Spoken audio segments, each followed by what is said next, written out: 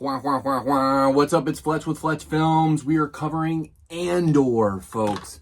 I've got a lot of stuff in my head. This is just off the cuff. A Star Wars fan talking to another Star Wars fan. Okay, 4, 5, and 6. I just had to get this video out there because I really want to talk about Andor. My favorite characters. I'm just gonna start. I'm gonna bounce around. Willem, and then Saw Gerrera. Okay, that whole arc going on. Willem, probably the most undervalued character. You really think about the motivations and about character development and stuff. Boy, they've been really planting the seeds here and there. I mean, all the way back to season 1. If it wasn't for good old subline character Willem, he created that bomb that sparked the uprising in Ferrix. I mean, and here he is with Saw Gerrera going to town on the tech with the Rhydonium, the Rhodo. I gotta look back how Forrest Whitaker really shaped that up. The Rhydonium. That's it. The Rhydo. It just, oh my gosh, one of the best monologues. Already epic monologue. I mean, the characters in this are just awesome. I'm already gonna plant the seed out there that I swear, Cyril, here's my prediction, he's like, Dedra, you had me followed. Okay, but then could there be such a devastation that he sees like what he, maybe sparks, maybe he helps, and like all the people die in Gorman, and then maybe he has like a reckoning and a changing. So that's my probably big prediction, that Cyril might have some sort of redemption arc of like, oh shit, just thousands of people died because of some information that I set off. So there's that. Obviously Bix got her redemption over that doctor guy. I almost would have liked somehow that he suffered a little bit more, but I guess they blew him up and that looked great and all that.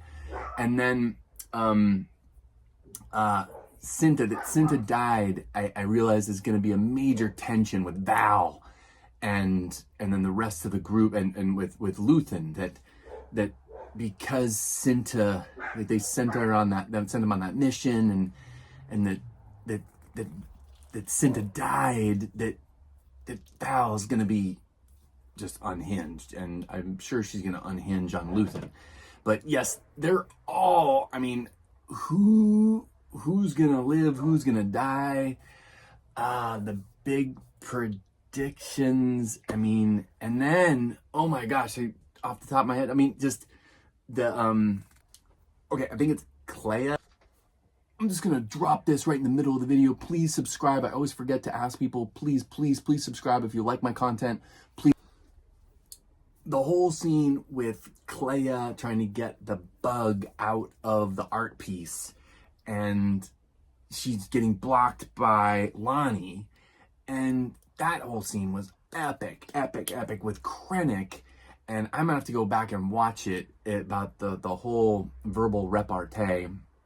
But I also have to say that when they sent Andor to Gorman, just the language, the awesome language of the spy thriller espionage, just speaking in code. I just really love just that layer of speaking in code, and Andor, telling the Gorman people that you have not got it together and you're doing this wrong and you're doing that wrong. Love that.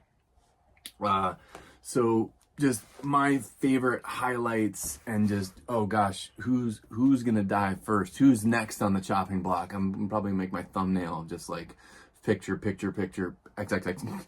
But who's next on the chopping block? So my highlights are definitely Willem and Saw, and it's gonna explode. The 3 episodes are definitely gonna, because the Gorman massacre is gonna be in the next 3 episodes.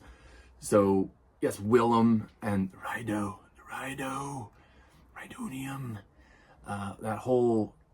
That whole sequence of the snuffing of the Rhydonium and the burning and forest, just epic Star Wars for me. I had a friend of mine who was capping on me about Cinta and Val, and it is what it is. So yay. Then moving on, just gotta love the politics of what's going on with Maw and Krennic, and love that they put Krennic in that scene. It was just epic. I mean, of course, I don't think we're gonna see a Tarkin. There's no way. There's no way. No way. They're in the lawsuit, so I've pretty much written that off. That we're not gonna see any Tarkin, and that Cyril could there be, because he's gonna maybe feel responsible for letting this information out, and I don't know. That's a thought. So. In closing, take a look at these cool art pieces. I have this, I gotta still see what this is a Ralph McQuarrie, like art pack here. And I gotta still see what these are going for on eBay, but I'm having to take down, I'm revamping my Star Wars, shed room. It's a sandcrawler there, and this is my favorite one. When stormtroopers had the lightsabers, they were supposed to wield lightsabers. There's Ralph McQuarrie was planting the seed on that one. This one's just the classic 3PO, very much Metropolis. Yeah, the shot right there, and then that's an epic TIE fighter, and then there's the Yavin outpost shot right there. And then this is epic Darth Vader when he was more angular mask, and I love this one. I was hunting for toys in Burbank, and I was so close to buying one of these. I mean, it was only like $20-30 of a Luke Skywalker prototype Ralph McQuarrie. Never knew that those photos were those vintage figures were out there. But and this is my other fave one, kind of almost is reminiscent of Tatooine, and getting close to maybe the cantina, which is sitting right over here. There will never be a more wretched hive of scum and villainy. We must be cautious right here. Over the precipice, and the Yavin 4 base, and the Falcon. There's a lot of photos here, folks. I'm just gonna have fun with this one and just wrap this off. That's pretty much spot on how that shot happens. And then the end of the movie right there, and then the TIE pilot vaccine, and then the Y-wing, and then I'm queuing up the X-wings, and almost the last one here, and that one right there with the Falcon. Oh, there's a double, almost. I think there's a, I don't know if there's a double with that one. And then in the Death Star, yep, this is a great one. I think they did use this in the Book of Boba Fett. I remember they saying that they used that whole, there was a whole scene in the Book of Boba Fett that was taken from this and inspired by this. And right, the Falcon in the Tatooine hangar, and last one, our heroes in the Death Star, about to jump the bridge. Cool. So it's just a little wrap up on that one. I'll probably do another deeper dive breakdown, get a little bit more specific. Watch one of my next videos on Andor. Please do. Peter Fletcher doing videos about cars, Star Wars, and my acting career. I'm still waiting for them to debut the CNN and HBO Max true crime documentary that I was in. I'm hoping it'll show up in July, I guess, maybe. Yeah, so stay tuned for that. I will be blowing that up once that finally hits on the channel. If it fits on CNN and HBO Max, I'll be blowing it up. May the force be with you. I'll see you in the next Andor review. Peace out. Hey, it's me again. Please subscribe. Please subscribe. Thank you. Thank you. It really helps out the channel. Hey, please subscribe. It really helps out the channel. I always forget, but please subscribe. Yeah. Okay. Bonus footage, bonus video to myself. I packed up some of my Star Wars stuff for someone, and then they never paid me, and I just threw it in my shed, and I can't even remember what it was, but apparently it was a little large. Now I remember what the heck it was. So it was just a simple box. I'll put this back on my shelf. Oh, part of a panel. It was a rough shape.